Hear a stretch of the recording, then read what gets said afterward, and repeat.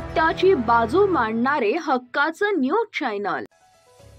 चाळीसगावात प्रचंड उत्साहात डॉक्टर बाबासाहेब आंबेडकर जयंती साजरी।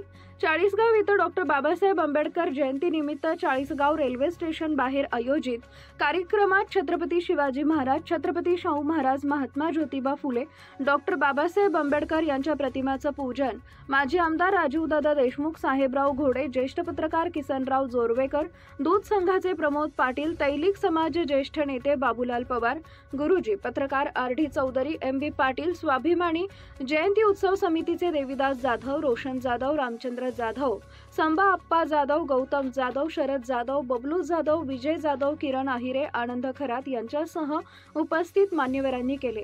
यानंतर मिरवणूक वाजत गाजत रेल्वे स्टेशन येथून निघून छत्रपती शिवाजी महाराज चौक, पोलीस स्टेशन, गुजरी मार्गे डॉक्टर बाबासाहेब आंबेडकर चौक इथं पोहोचली। मिरवणुकीत मोठ्या संख्येवर महिला पुरुष यांचा सहभाग होता। प्रचंड उत्साहात निघालेल्या या मिरवणुकीत डीजेच्या तालावर तरुण कार्यकर्ते, महिला भगिनी, अबालवृद्ध जल्लोषात थिरकताना दिसले।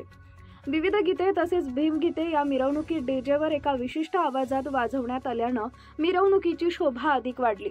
छत्रपती शिवाजी महाराज चौक इथं जयंती उत्सव समितीच्या सदस्यांनी महाराजांना पुष्पहार अर्पण करून मानवंदना दिली आणि मिरवणूक पुन्हा मार्गस्थ झाली।